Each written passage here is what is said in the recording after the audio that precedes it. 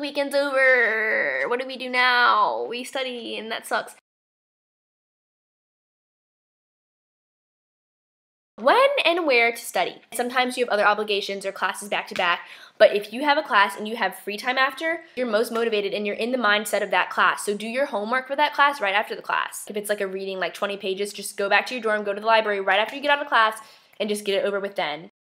Study in the same place so you're not distracted by new surroundings. You bounce around a lot the first semester. You're gonna choose a lot of different spots in the library or like even like outside on the quad, and you'll just kind of find where you like to study and then you'll kind of stick to a spot. It's good because you feel comfortable there, you kind of get in the zone there, and you should stick to it. Your bed is the worst spot you can study, and I really don't think you should probably ever do that. You're gonna be like, study, study, study, study, sleep, sleep, sleep.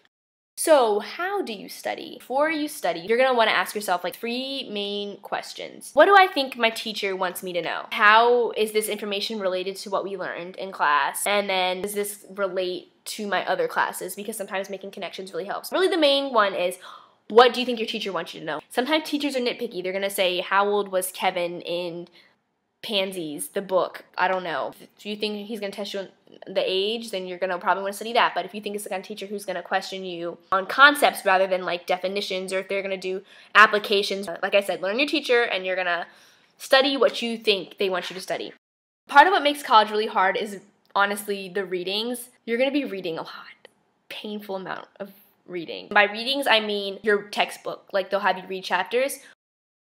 Learn when to skim, when to scan, and when to really read the information. Usually the introduction paragraph, you can skip all that crap. They're just fluffing it up for you. Read the bulk of it, and then the summary is also really important because that goes over all the points, and that's kind of what your teacher may want you to know. It depends on the textbook and the teacher, like I said, but really the summary is going to cover what you really needed to knock out. Okay, so my personal ways I like to study, I skim it first, so the information's kind of like in your head, and then what I like to do is I go back and I highlight all the important points and the important words.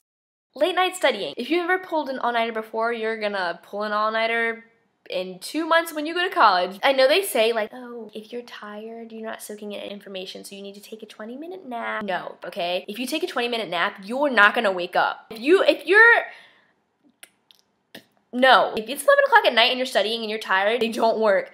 You just need coffee, lots of coffee, or energy drinks or whatever is up your alley. I don't do energy drinks, but I just did coffee. Naps at 11 o'clock at night don't work, so don't ever try that. It's just stupid. Different people are different types of learners. If you are a flashcard person, make flashcards. I don't know if this works. I read this somewhere online. If you're like a musical person, maybe you can try like making up rhymes or like songs. Like I think of like Hannah Montana Bone Dance. Who knows? Never know. Sometimes rewriting your notes in your own words on a different sheet of paper. Right? Yeah. Now moving on to essays.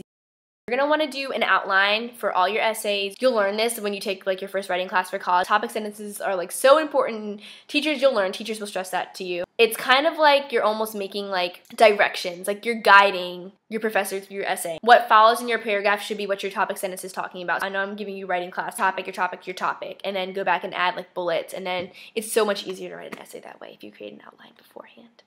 First of all, don't be nervous. Honestly, okay, I did theater, but like I don't like presentations. They make me really nervous. I don't know if people can tell. I compensate by being like really energetic. I'm actually like legitimately like really nervous. I promise everyone in the class is like just as nervous as you. They're actually not judging you. They're kind of like, oh my god, I'm nervous for them because I'm nervous too. So they aren't judging you. Don't worry about that. On PowerPoint presentations, they need to be images and then have like your words on your note cards. It'll look like you know more information that way. Your PowerPoint should be your visual aid.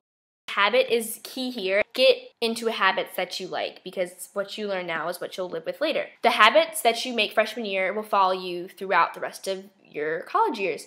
Speed round. I'm just gonna do a quick little speed round with you. This is how I recommend studying when you're cramming, when you haven't studied at all the night before, okay? Ready, set, go. Test! You're gonna skip your reading and you're just gonna only read your lecture notes. Don't read the textbook, read your notes. Essays. Make your point, don't add fluff because teachers hate fluff. It just weakens your argument. Make your points, even if it's short, just do it. And proofread. Speeches. Practice once in your room and then leave and just kind of wing it because that's really all you can do. Sorry. Okay, the end.